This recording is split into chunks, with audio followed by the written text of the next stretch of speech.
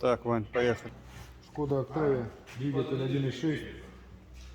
Появился свист двигателя. Свист двигателя появился из-за того, что порвалась вот эта мембрана дополнительной вентиляции картерных газов. Посоветуют менять. Здесь стоит с завода гофрированный шланг, идущий на абсорбер, он вроде бы как свистит. Это все мелочи. Вся проблема вот в этом. Меняете, ставите новую.